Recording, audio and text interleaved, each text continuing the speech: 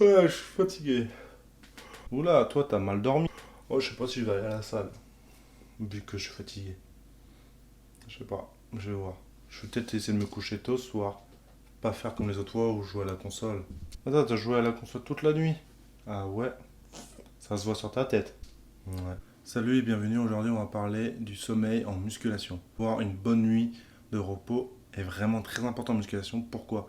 Car déjà, si tu dors bien, le lendemain tu seras moins fatigué déjà pour ta journée de travail ou ta journée, dans ta journée en gros. Et en arrivant à la salle, donc tu seras plus motivé parce que tu seras bien reposé. Donc déjà, d'une, tu pourras moins te blesser car ton corps sera reposé.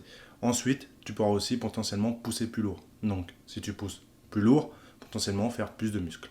Par contre, si tu dors mal, inversement, tu seras sensible à la blessure et tu pousseras moins lourd, donc une séance peut-être moins productive. Tout simplement. Comment bien dormir? C'est très simple.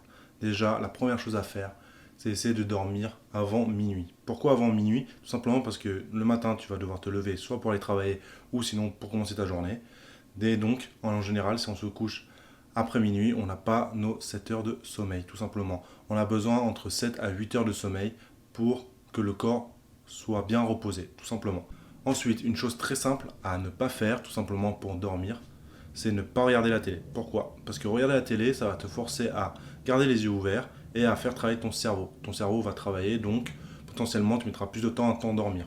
Ce que tu peux faire à ce moment-là, c'est trouver quelque chose comme un podcast ou alors des musiques douces ou autres que tu vas écouter. Tu peux fermer les yeux, tu as juste besoin d'écouter. Ça peut te faire comme une berceuse, donc ça peut être très intéressant. À éviter si tu peux éviter, mais si tu as vraiment besoin de quelque chose pour dormir, vaut mieux privilégier un podcast ou une musique douce, tout simplement. Donc, comme je viens de le dire, il n'y a rien de miracle pour dormir. Trouve-toi ce qui te correspond le mieux pour dormir. Si tu as besoin de faire un rituel le soir pour dormir, trouve ce qui te convient. Et ensuite, tout simplement, si tu veux en savoir un peu plus, tu peux aller dans la description. Je t'ai mis un lien d'une étude qui a apparu dans Le Figaro qui te permet d'avoir plus de détails sur le sommeil et les troubles du sommeil et tout ce qui va avec. On se voit dans une prochaine vidéo.